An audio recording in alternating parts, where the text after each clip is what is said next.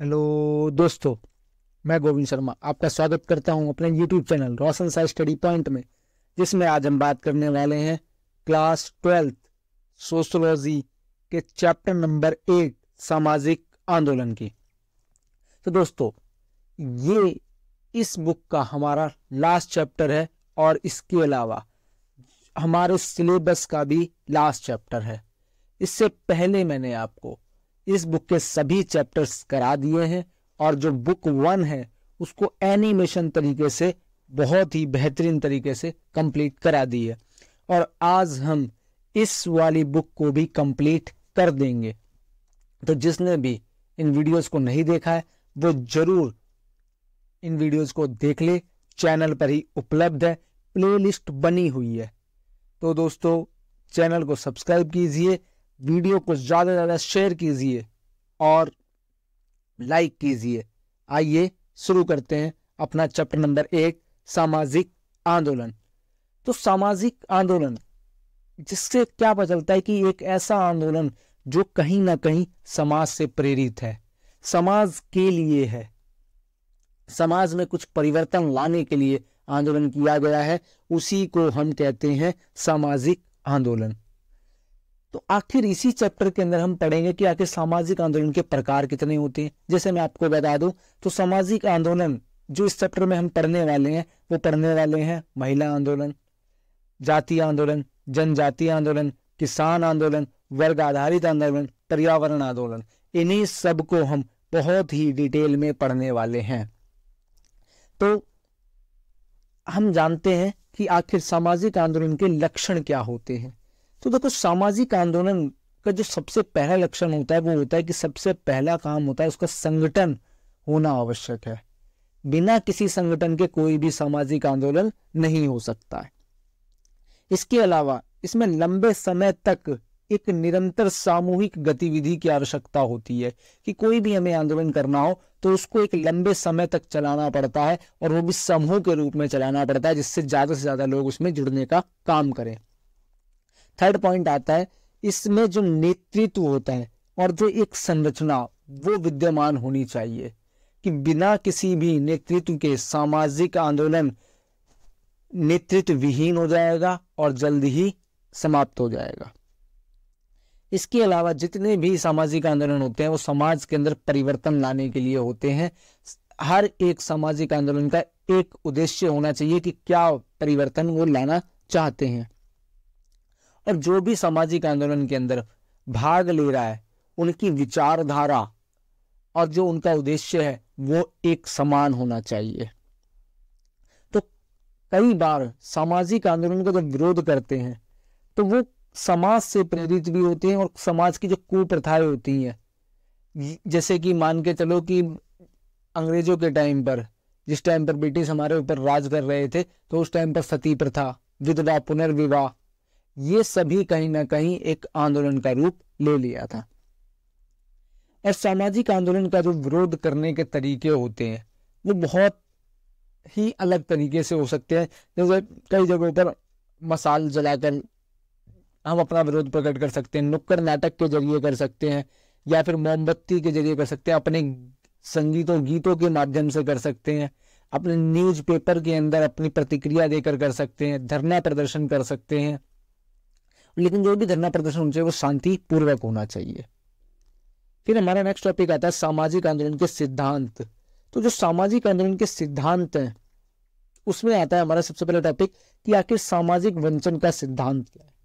तो देखो, सामाजिक वंचन या फिर कह सकते हैं सामाजिक संघर्ष जब उत्पन्न हो जाता है जब कहीं ना कहीं जो सामाजिक समूह होता है वो अपनी स्थिति को खराब करने लग जाता है और इसके पीछे कहीं ना कहीं जो मनोवैज्ञानिक कारण बताए जाते हैं वो कहीं ना कहीं किसी भी चीज के लिए जो समाज के अंदर कुरीतियां हैं उसके प्रति रोष उत्पन्न हो जाता है, उसके प्रति गुस्सा उत्पन्न हो जाता है, समाज से जो कटाव महसूस कराया जाता है, तभी कहीं ना कहीं ये देखने को मिलता है।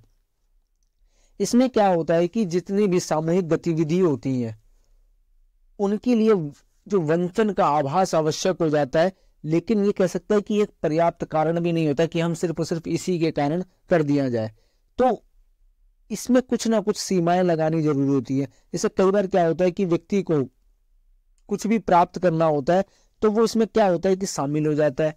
और वो क्यों हो जाता है? क्योंकि वो सोचता है कि इसके अंदर जोखिम कम होगा और लाभ ज्यादा से ज्यादा होगा। तो इसके अंदर क्या होता है कि सामूहिक रूप से किया जाता है। फिर हमारा इसी में आता है सामाजिक आंदोलन के प्रकार। तो सामाजिक जो आंदोलन के प्रकार है वो वैसे तो बहुत सारे प्रकार होते हैं, लेकिन जो हम इसमें पढ़ने वाले हैं तो वो सबसे पहला जो है वो है प्रतिदानात्मक आंदोलन, जिसको कह सकते हैं कि ये व्यक्तियों की चेतना और जितने भी गतिविधियां होती हैं उसमें परिवर्तन लाने के लिए किया जाता है। जैसे केरल के अंदर हुआ था, इजावा समुदाय के लोगों ने जो भी नारायण गुरु के नेतृत्व में अपनी सामाजिक प्रथाओं को उन्होंने बदलने की कोशिश की थी। ऐसे ही सुधारवादी आंदोलन आता है, जिसके अंदर क्या होता है कि ये धीमा होता है और लेकिन प्रगतिशील तरीकों से इसके अंदर परिवर्तन किया जाता है। जैसे क्या हुआ था कि 1960 के दशक में भाषा के आधार पर राज्यों का पुनर्गठन किया गया और सूचना के अधिकार के लिए भी आंदोलन किया गया, जिसको 2005 में पारित कर दिया गया था। इसी में फिर आता है हमारा क्रांतिकारी आंदोलन। क्रांतिकारी आंदोलन का मतलब ये होता है कि जो भी सामाजिक व्यवस्था होती है उसके अंदर परिवर्तन लाने की कोशिश की जाती है और जो भी राजसत्ता होती है उस पर अधिकार किया जाता है। जैसे क्या हुआ था, रूस के अंदर हुई थी बोल्शेविक क्रांति, जिसको हम रूसी क्रांति भी कह देते हैं। वो क्या था, एक तरफ से सामाजिक प्रक्रिया बदली और राजसत्ता को हासिल कर लिया गया। ऐसे ही फिर हमारे और भी आंदोलन आए, जैसे कह सकते हो कि एक आजादी पूर्व आंदोलन हुए थे, जैसे भारत के अंदर हुए तो वो आजादी से पूर्व के आंदोलन हुए। वो कैसे आंदोलन हुए थे? वो हमारा महिला आंदोलन हुए, महिलाओं के लिए शिक्षा के प्रति आंदोलन हुए, सती प्रथा के विरुद्ध आंदोलन हुए, बाल विवाह के विरुद्ध हुए, जाति प्रथा के विरुद्ध आंदोलन हुए। ये सब कहीं ना कहीं जो आंदोलन देखने को मिले ये स्वतंत्रता पूर्व देखने को मिले। और धीरे धीरे इसमें क्या होते गए, नए सामाजिक आंदोलन जुड़ते चले गए। जैसे आज अगर मैं बात करूं तो वो नए सामाजिक आंदोलन कौन कौन से होते हैं? पर्यावरण के लिए आंदोलन हो रहे हैं, शुद्ध जल के लिए हो रहे हैं, शुद्ध वायु के लिए हो रहे हैं, पेड़ों को कटने से रोकने के लिए आंदोलन हो रहे हैं। ये सभी आंदोलन आज हमें देखने को मिलते हैं और ये राष्ट्रीय स्तर पर तो होते ही होते हैं, साथ ही अंतरराष्ट्रीय स्तर पर भी देखने को मिल जाते हैं। जैसे हमारा एक पारिस्थितिकी आंदोलन हुआ जिसको हम बोलते हैं चिपको आंदोलन। तो चिपको आंदोलन 1970 के दशक में हुआ था, उत्तराखंड के चमोली गांव से शुरू हुआ। इसके अंदर हुआ क्या था कि लोगों ने पेड़ों से चिपक कर पेड़ों को बचाया। कितना ज्यादा उन्होंने पर्यावरण के प्रति अपना योगदान दिखाया, पर्यावरण के प्रति अपनी सहानुभूति दिखाई और इस तरीके से उन्होंने पेड़ों को कटने से बचा लिया। और ये जो आंदोलन था ये पूरा राष्ट्रीय और अंतरराष्ट्रीय स्तर पर भी पहुंचा, क्योंकि एक पारिस्थितिकी मुद्दा था। इसके अंदर पर्यावरण को हानि हो रही थी तो उसको बचाने के लिए एक पूरा का पूरा समाज शामिल हुआ, तो इसीलिए एक सामाजिक आंदोलन बना। एक ऐसे हमारा नर्मदा रिवर को लेकर हुआ, नर्मदा बचाओ आंदोलन। उसके ऊपर भी सरकार द्वारा बहुत सारे बांध बनाए जा रहे थे, जिससे कहीं ना कहीं जो भी पारिस्थितिकी तंत्र था, जल व्यवस्था थी, वो कहीं ना कहीं परिवर्तित होती। इसीलिए उसको बचाने के लिए, नर्मदा रिवर के जल को स्वच्छ रखने के लिए, उसका जो मार्ग था नर्मदा रिवर का, उसको सुनिश्चित करने के लिए आंदोलन हुआ। फिर हमारा आता है वर्ग आधारित आंदोलन। तो वर्ग आधारित आंदोलन जिसके अंदर हम बात करते हैं तो वो हुआ जैसे कि किसान आंदोलन, जो 1858 से लेकर 1914 के बीच में स्थानीयता, जितने भी विभाजन हुआ, जितने भी शिकायतें थी, उनको सीमित करते हुए आगे बढ़ता चला गया। फिर 1959 से 62 के बीच में नील की खेती के विरोध में आंदोलन हुआ, क्योंकि नील की खेती कराते हैं तो उसकी वजह से होता क्या है कि जो भूमि होती है उसकी उर्वरकता कम हो जाती है। फिर 1857 में दक्षिण का विद्रोह हुआ, जो किसके विरुद्ध था? साहूकारों के विरोध में था। क्योंकि इसमें क्या हो रहा था, साहूकार किसानों को ऋण दे देते थे और उसके ऊपर बहुत ही ज्यादा ब्याज लगाया जाता था और किसान उसको देने में असमर्थ होते थे, तो इसीलिए वो साहूकारों के विरोध में आंदोलन किया गया, क्योंकि जो ऋण के ऊपर जो ब्याज लगाया जाता था वो बहुत ज्यादा होता था। जिसमें धांधलेबाजी ये सब देखी जाती थी। फिर आता है हमारा 1928 में लगान विरोधी आंदोलन। फिर आता है हमारा 1920 ब्रिटिश सरकार की जितनी भी वन नीतियां थी उसके विरुद्ध आंदोलन चलाए गए, क्योंकि ब्रिटिश सरकार नई नई वन नीतियां लेकर आ रही थी कि इसके अंदर जो भी जंगल पर जिसका अधिकार होना चाहिए तो उनमें प्रोटेक्टेड एरिया बना दिए जाते थे और उनको उन्हीं के जंगल में जाने से रोक दिया जाता था। 1920 से लेकर 1940 तक ऑल इंडिया किसान सभाएं, इन द्वारा भी आंदोलन चलाए गए। अब आता है कि स्वतंत्रता के समय जो दो मुख्य किसान आंदोलन हुए वो कौन से थे। क्वेश्चन भी पूछ लिया जाता है कि स्वतंत्रता के समय दो मुख्य किसान आंदोलन बताए, तो ये दो हुए हमारे। एक हुआ तिभागा आंदोलन जो 1946 से 47 के बीच में चला। ये जो हुआ ये संघर्ष था किसके विरुद्ध? पट्टेदारी के विरुद्ध। तो इसमें क्या हुआ कि जो पट्टेदार थे, जो जमीनें दे दी जाती थी पट्टेदारी पर, उससे अपने आप को संरक्षित करने के लिए हुआ। फिर आता है दूसरा तेलंगाना आंदोलन जो 1946 से लेकर 1951 के बीच में हुआ। ये क्या हुआ? हैदराबाद के अंदर हुआ। जितनी भी सामंती दशाएं थी उसके विरुद्ध हुआ था कि जो सामंतवादी परंपराएं थी उनको समाप्त करने के लिए यह आंदोलन हुआ। अब स्वतंत्रता के बाद दो बड़े सामाजिक आंदोलन देखने को मिले हमें। 1967 में हुआ जिसको कह सकते हैं हम नक्सली आंदोलन। ये आंदोलन था ये भूमि को लेकर हुआ था।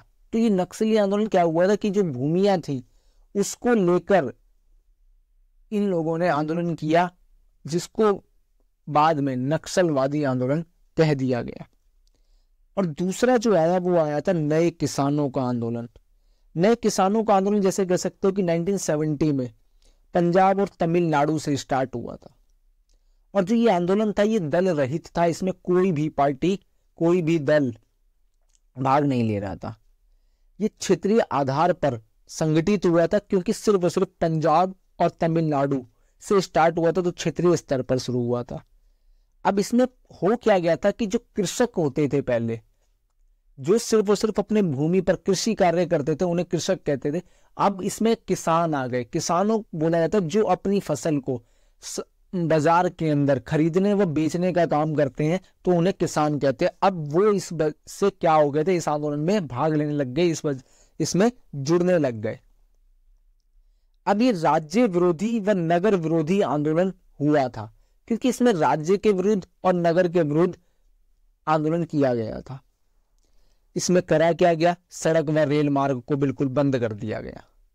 वर्तमान समय में भी आप देख सकते हो महिला मुद्दों को शामिल किया गया इसके अंदर।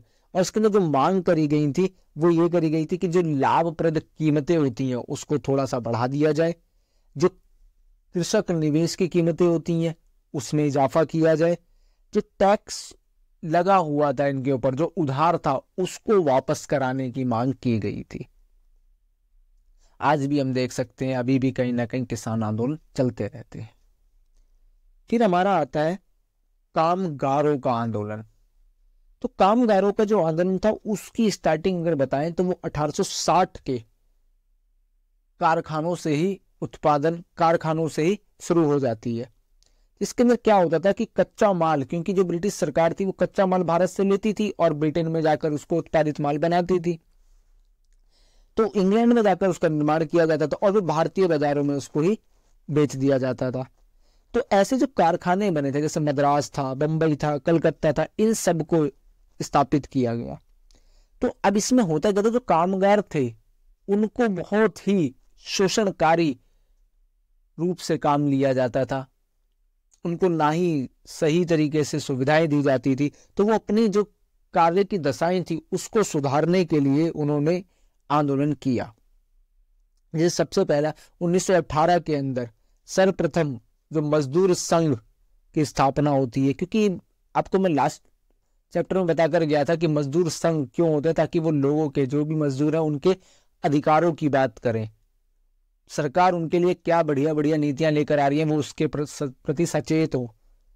और 1920 में एटक की स्थापना हुई। एटक की फुल फॉर्म जिसको कह सकते हो ITUC, AITUC, all India trade union Congress.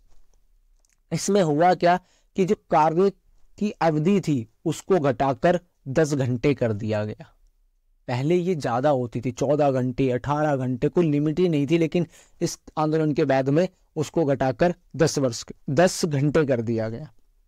1926 में मजदूर संघ अधिनियम पारित होता है, जिसके बाद क्या हुआ, मजदूरों के जो संघ थे उसको पंजीकरण यानी कि रजिस्ट्रेशन का प्रावधान किया गया और इसके अंतर्गत भी कुछ नियम बना दिए गए। फिर हमारा आता है जाति आधारित आंदोलन। देखो, जाति भारतीय समाज का एक अभिन्न हिस्सा रही है और इसके अंदर जो आंदोलन देखने को मिला वो मिला दलित का आंदोलन। दलित शब्द जिसको कह सकते हो, मराठी है, हिंदी है, गुजराती, अन्य भाषाओं के रूप में क्या होता है, पहचान प्राप्त करने का एक संघर्ष है। और दलित शब्द का मतलब ही होता है पैरों से कुचला हुआ। तो जो दलित किसके लिए मांग कर रहे थे, तो अपनी समानता के लिए मांग कर रहे थे, अपनी जो खोया हुआ आत्मसम्मान है उसके लिए बात कर रहे थे। जो भी उनके साथ में अस्पृश्यता की जा रही थी तो उस अस्पृश्यता का उन्मूलन के लिए इन्होंने आंदोलन करे। जैसे क्या क्या देखने को मिलते हैं हमें, तो जैसे देखने को मिलता है पंजाब के अंदर आदि धर्म आंदोलन, आगरा में जाटवों में गतिशीलता देखने को मिलती है तो वो आंदोलन तब करते हैं। दक्षिण भारत में ब्राह्मण विरोधी आंदोलन हुए, महाराष्ट्र में महार आंदोलन हुए, मध्य प्रदेशों में चमारों का सतनामी आंदोलन देखने को मिला। इसी में फिर हमारे को आता है पिछड़े वर्ग का आंदोलन। तो पिछड़ी जातियां जिसको कह सकते हो, वर्गों का एक राजनीतिक इकाई के रूप में क्या होता है, उदय देखने को मिलता है।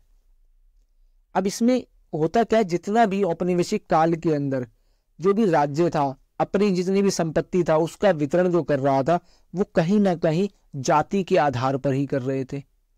तो 1935 का जो अधिनियम होता उसके अंदर सबसे पहले ब्रिटिश ने जाति आधारित जनगणना करवाई थी और उसी के अंतर्गत जाति आधारित सुविधाएं देनी शुरू करी थी। और इसी के अंदर हुआ क्या कि जो लोग थे वो सामाजिक और राजनीतिक पहचान के लिए अपनी अपनी जातियों में ही रहते थे। और आधुनिक काल में जाति अपने कर्मकांडी जो विषय वस्तु होती थी, जैसे धीरे धीरे उसको क्या करने लगी, छोड़ने लग गए। अब राजनीति क्या हो गया, गतिशीलता के लिए पंथ निरपेक्ष होती चली गई। पंथ निरपेक्ष जिसको हम क्या कह सकते हैं कि राज्य का जिसमें कोई भी अपना धर्म नहीं होता, सभी धर्म एक समान होते हैं। अब इसी में क्या हुआ, उच्च जाति का आंदोलन भी देखने को मिला, जिसमें उन्होंने क्या लगा, उच्च जाति ने आंदोलन क्यों करा, क्योंकि उनको लग रहा था जो दलित हैं, पिछड़े जो लोग हैं, उनका बढ़ता हुआ प्रभाव देखा जा रहा था। तो वो उच्च जातियों ने उसके लिए अपने आप को बहुत ज्यादा उपेक्षित महसूस किया। तो इसी वजह से उन्होंने भी क्या करा, आंदोलन कर दिया। फिर हमारा नेक्स्ट आता है जनजाति आंदोलन। तो जनजातीय आंदोलन यानी कि जिसको हम कहते हैं कई बार ट्राइबल आंदोलन।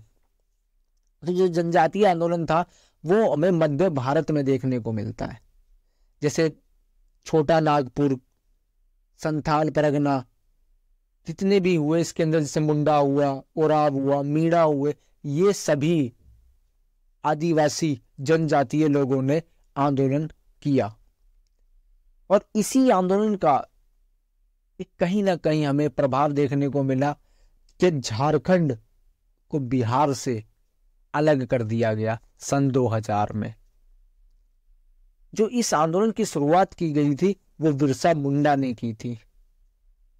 इसी में ईसाई जो मिशनरियां थी उन्होंने साक्षरता का अभियान चलाया था। जितने भी दिक्कू थे, दिक्कू किसको कहते थे, दिक्कू कहते थे जो भी व्यापारी महाजन वर्ग थे, साहूकार थे, उन लोगों के प्रति घृणा का भाव पैदा हुआ और उनके विरुद्ध आंदोलन चलाया गया। आदिवासियों को जो अलग थलग किया जा रहा था तो उनके अंदर इन्होंने अपनी शक्ति को बहुत ज्यादा प्रदर्शित किया। अब इस आंदोलन के अंदर क्या मुद्दे निकल कर आए, तो इसमें सबसे पहला भूमि का अधिग्रहण कर लिया गया, ऋणों की वसूली कर ली गई, वनों का राष्ट्रीयकरण कर दिया गया और बोला गया कि पुनर्वास नहीं किया जाएगा। ये इस आंदोलन के मुख्य बिंदु देखने को मिले। ऐसा ही आंदोलन पूर्वोत्तर राज्यों में भी देखने को मिला। तो पूर्वोत्तर राज्यों में जिसके अंदर कह सकते हैं हमारा, चाहे असम का हो, मेघालय का हो, मिजोरम के अंदर हो, केरला, मिजोरम का हो, मणिपुर का हो, इन सभी में कहीं ना कहीं, त्रिपुरा का हो, इन सभी में आंदोलन देखने को मिले।